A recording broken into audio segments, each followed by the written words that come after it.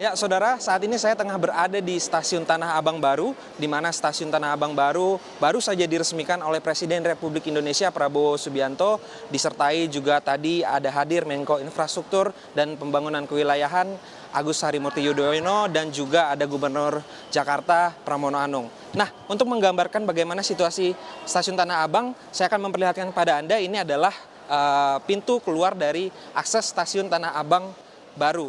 Nah, memang untuk di lantai 1 ini khusus untuk pintu keluar, sementara untuk pintu masuknya sendiri berada di lantai 2 Stasiun Tanah Abang Baru yang di Gedung Baru.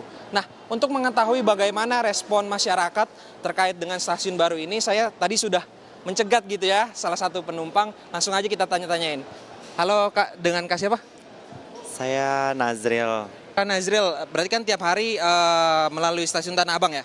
Iya benar, setiap hari saya lewat sini, pulang pergi juga. Nah, Stasiun Tanah Abang ini kan hadir dengan wajah yang baru begitu ya Kak.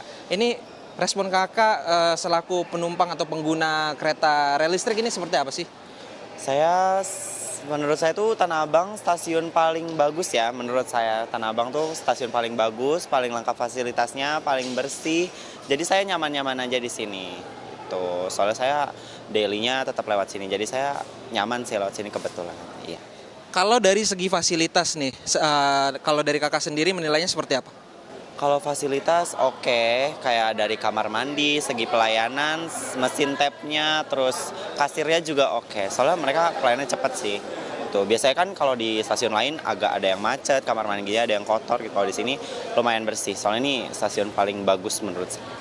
Kak, harapannya nih dengan hadirnya Stasiun Tanah Abang Baru? Lebih maju lah, lebih diperkembangin lagi, semakin baik lagi gitu. Dari yang baik makin baik lagi. Terima kasih Kak Nazril ya.